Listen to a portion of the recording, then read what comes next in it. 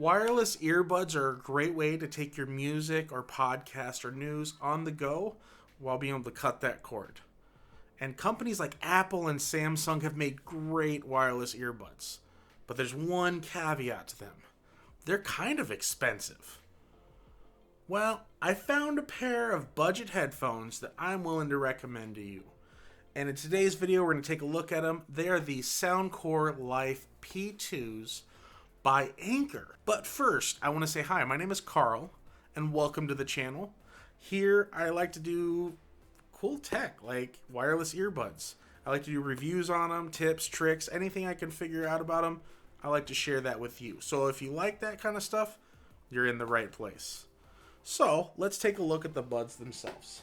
Actually, let's take a look at the case they come in. So, like Apple, like Samsung, they do have a case that can charge the buds. This one in particular boasts a whopping 40 hours of playtime on a single charge of the case. That's on top of the 7 hours for the headphones themselves. On the back, you do have a USB Type-C connection and a little light on the front to let you know when it's done charging. Overall, it's a very rugged feeling case. I feel like it's a little on the large side, but with that 40 hours of extra playtime, I'm okay with that. But let's move on to the most important things, the earbuds. So, open this up in here. I just had these out. So right here, a little white light is showing. That is indicating that these earbuds are charging off of the case right now. So I know see if I can't get this here. If not, I'll do some B-roll and kind of show that. It has a little magnetic clip in. So it's really nice. They don't just fall out. They're in there very sturdy. And they're easy enough to get out. They're very simple. So taking a look at the earbuds themselves. We'll just do one here. You're going to have a couple things you're going to see here. For starters, is this rubber tip here. Comes with 5 of these. I chose the medium-sized one for my ears. It seemed to be the best fit. And these do affect your sound quality as well as how well they stay in your ear.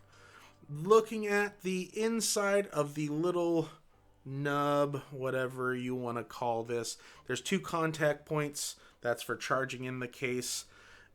These are very reminiscent of a certain company who has a big piece of fruit as their logo as far as shape here goes. So I do like this shape. I wasn't sure about it, especially with the AirPods, but I like the black. I think that's very nice. But moving on here, you will have a microphone on the bottom, because you can make phone calls with this, obviously. A microphone on the top to help kind of not reduce the noise that you hear, but reduce the noise that your phone calls may pick up from outside sound. These are not noise canceling. They are noise reductive. They have noise reduction, however you want to say it. And that's all because of how these fit. So you find the right fit, get you the best sound. There is a little light there indicating that it is on. It will blink right there. So you know that you have power to them if for some reason you're looking at it and it's not in your ear. Lastly, there's a button, boop, right there. This has a couple features to it. Single press is a pause or play. Double press is a skip. Long hold activates your Google Assistant, which is a pretty nice feature to have and sounds pretty good in there. It's very responsive. I have a little annoyance with that button, but we'll come back to that. I'll explain that here in a minute. Probably the most important part is, how do these sound? Well, they sound pretty good with some tweaking, and not really tweaking even. So right here, this is what comes in the box. Case was there, cable was there. You have these little nubs. There's 5 of them, like I was saying. These 2 here were the ones that came on it originally, but I've settled on these. They seem to be the best fit without muddling the sound. So if you put on, for me, if I had the larger ones in, or even the extra large in, I felt like it was very muddy in the sound. It was very kind of, you know, not really bassy. It's kind of hard to describe. You have to try them out for yourself. But once I went through all 5 pair to try and figure out what the best sound was. I played YouTube videos. I played different styles of music, podcast. and settled on these, and they give a good balanced sound. As far as noise reduction from the outside world, they're good, very good, but not too good. I'm able to just pause these without having to remove one in order to hear what somebody's saying. Doesn't have noise cancellation like some of the other competitors do. It doesn't have that touch, sensor like the Galaxy Buds do. But you're also only paying a fraction of the price compared to those. And I love these headphones. I had one other pair that I got years ago that were mediocre at best. These, for the price, in my opinion, are unbeatable. But there's one thing that I don't like about this, and that's the button. I'll explain here. When in the ear, you have to press it.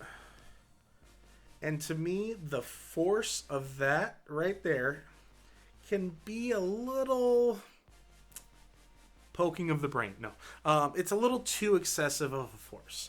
I feel like they could have gone with a tactile switch that was required less force. I know they were trying to prevent any accidental bumps from hitting it to turn it, to pause or play something. But especially if you have a little tip that's too small, it gets very down in there and a little painful. So 2 things that I've done to kind of negate that is I usually will use my watch to play or pause, turn up volume, all that jazz. Or I will grab the little drop down here and then press it that way. And then I don't have that feeling of, the pressure inside my head. Aside from that, these things are great. That's really my only gripe about them. I've worn them for 5-ish hours straight and noticed little to no ear fatigue at all.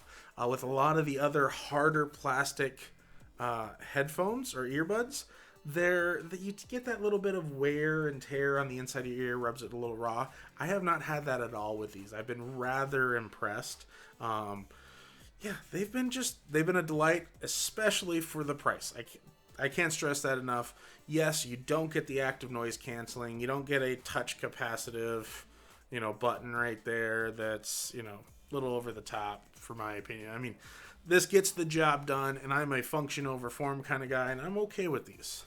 And I would definitely give this a thumbs up just for price to performance comparison. So, if you like these, or if you're interested in these, I will have a link down below. You could check them out.